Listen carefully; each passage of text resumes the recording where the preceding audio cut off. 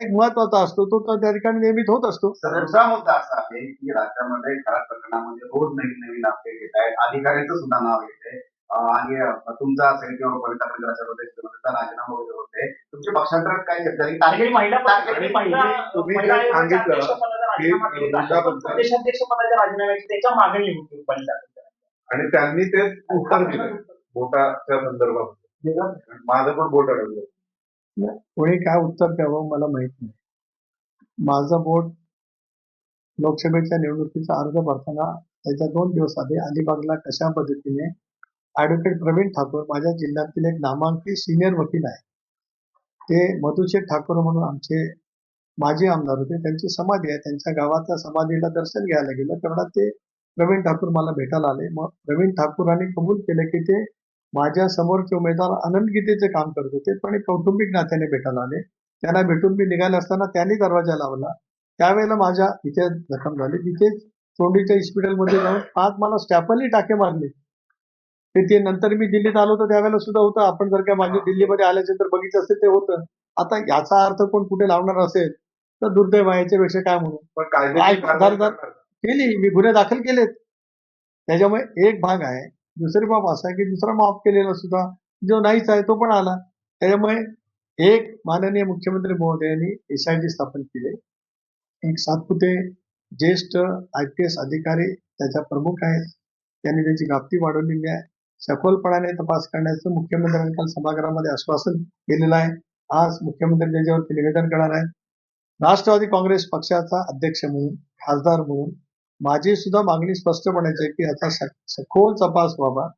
खरासारख्या विकृत बनवणुकीच्या विरोधामध्ये जे कठोर कारवाई करायची असेल ते त्या ठिकाणी केली जावी. ही राष्ट्रवादी काँग्रेस पक्षाची स्वच्छपणाची भूमिका आहे. आता माझ्या संदर्भातलं जे काय दाखवलं गेले त्याचा माझ्याकडनं खुलासा झालाय. यापेक्षा या गोष्टीला मी अधिक महत्व देऊ इच्छित नाही. याचं कारण जी घटना केव्हा घडले हे आपल्यापैकी सर्वांना ज्ञात आहे आणि त्यावेळचे 2024 मध्येच अलिबागमध्ये झालेली घटना आहे. आता याबद्दल माझ्यासारखा 40 वर्ष राजकारणात आहे. एका दिवसात मी नाही दिल्लीत आलो. राजकारणामध्ये माझी 40 वर्ष आहेत. माझी विश्वासार्हता आहे. आणि 19ला सुद्धा मी महाविकास आघाडीकडे निवडून आलो, 24ला इंडियामधून निवडून आलो. त्याच्यामुळे जनमानसामध्ये आहे जे सत्य आहे ते सत्य आहे. एकदा खुलासा केला त्यापेक्षा माझ्यासारख्या मी अनेक अशा पद्धतीच्या आरोपाच्या फेरीतून गेलेलो आहे. माझं मन, माझ्या संवेदना, माझं काम करण्याची पद्धती माझ्या जिल्ह्यातल्या जनतेला नक्की त्या ठिकाणी माहिती आहे.